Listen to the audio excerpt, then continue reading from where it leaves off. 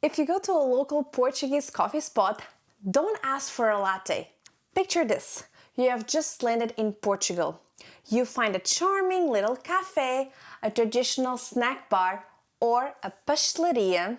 You walk up to the counter and say, "I'll have a latte, por favor." And suddenly, the waiter looks at you a bit puzzled.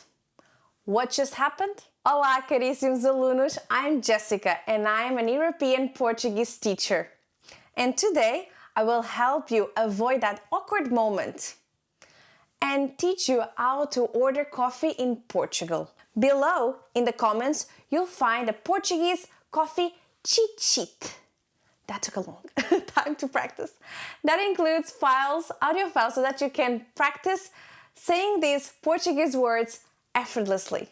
Alright, so what's the deal with lattes?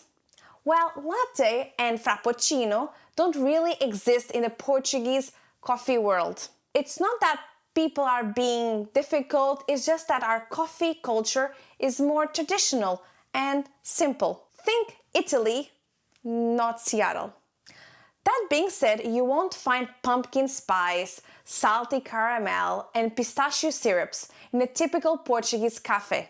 Of course, if you go to a Starbucks or other international chains, you can get those. But at your local corner cafe, nah, nem por isso, not likely. So if you want something like a latte, here's what to ask for.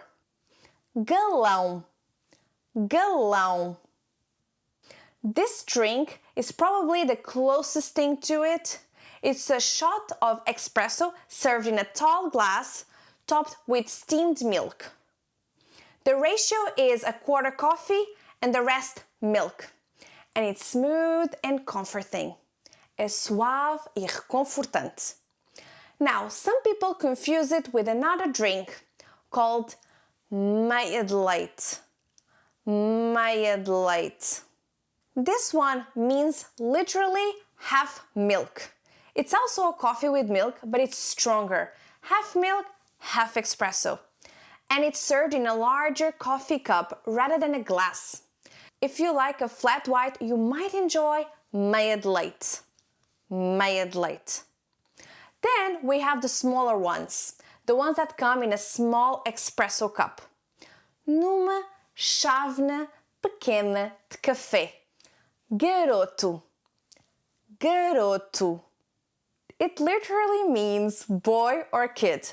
But in the Portuguese coffee world, it's a small espresso with a little bit of milk. And in Porto, people call it pingo. Pingo. And then we have pingado. Pingado. This one is your classic espresso with just a drop of cold milk. By the way, in Portugal, you don't need to call an espresso espresso. Café is good enough. Café. Café. If you are in Lisbon and you want to use a local term, you can say instead of é café, you can say é uma bica. É uma bica. And in Porto, you can order a cimbalino. Cimbalino. By the way, if you want your espresso to be short, say curto. Curto. And if you want it to be long, you can say é longo. When I say é café, I'm literally saying it's an espresso. É or é uma is one of the many ways to order. É galão, por favor. É uma meia de leite, por favor. You can find more about how to order coffee in Portugal in the cheat sheet below. Here goes the tip for you. If you are in Lisbon, go to the famous Café a Brasileira and don't forget to take a picture with Fernando Pessoa, one of the most brilliant Portuguese writers of all time. What about decaf? No problem. You can ask for the decaffeinated version of any of these by simply saying descafeinado when referring to something masculine or descafeinada when referring to something feminine. Here are a few examples. Era descafeinado. Era galão descafeinado. Era uma meia de leite descafeinada. Era garoto descafeinado. Era pingado descafeinado. Simple as that. And if you want an Americano, that one is easy. You can say era Americano or use the local term.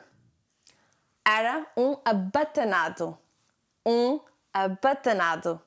Both mean the same thing, a longer espresso with extra water. So now you are equipped to step into a Portuguese cafe and know exactly what to say without any frustration, just great coffee and maybe even a smile from the waiter.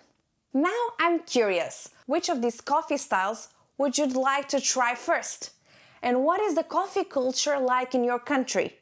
Tell me in the comments. I really like learning about other cultures. If you have found this video interesting and helpful, don't forget to press the like button and get your Portuguese coffee cheat sheet.